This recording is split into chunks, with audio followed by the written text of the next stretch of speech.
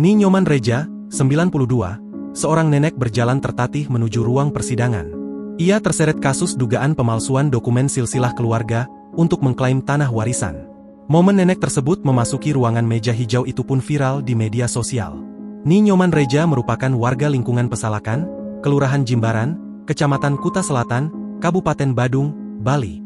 Ia menghadapi proses hukum bersama 16 terdakwa lainnya dalam perkara yang saat ini ditangani oleh Pengadilan Negeri Denpasar.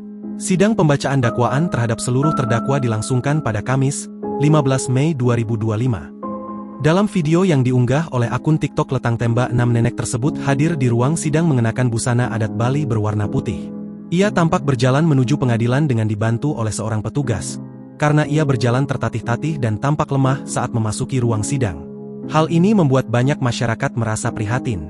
Mohon doa dari pemirsa agar nenek Ni Nyoman Reja, 92 tahun, sehat dan tabah dalam menjalankan proses hukum dan semoga mendapatkan keadilan di Pengadilan Negeri Denpasar. Tulis caption unggahan tersebut, Minggu, 18 Mei 2025. Unggahan ini memicu komentar dari para warganet di media sosial.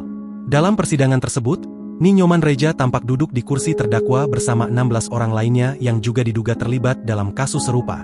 Menurut informasi yang dihimpun, adapun para terdakwa lainnya yakni I Made Dharma, 64, I Ketut Sukadana, 58, I Made Nelson, 56, Ni Wayan Sueni, 55, I Ketut Suwardana, 51, I Made Mariana, 54, I Wayan Sudarta, 57, I Wayan Arjana, 48, I Ketut Alit Jenata, 50, I Gede Wahyudi, 30, I Nyoman Astawa, 55, I Made Alit Saputra, 45, I Made Putra Wiryana, 22, I Nyoman Sumerta, 63, I Ketut Senta, 78, dan I Made Atmaja, 61. Dalam pembacaan dakwaan oleh Jaksa Penuntut Umum, I Dewa Gede Anom Rai, disebutkan para terdakwa diduga kuat telah menyusun dokumen palsu berupa silsilah keluarga yang mengatasnamakan garis keturunan keluarga Iriek.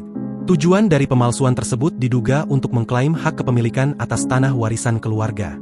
Usai sidang, Ni Nyoman Reja yang sudah lanjut usia terlihat harus dibantu oleh anggota keluarganya untuk keluar dari ruang persidangan. Kondisinya yang sudah renta membuatnya harus dibopong, memperlihatkan keterbatasan fisik yang dihadapinya di tengah proses hukum yang sedang berjalan. Download Tribun X sekarang, menghadirkan lokal menjadi Indonesia.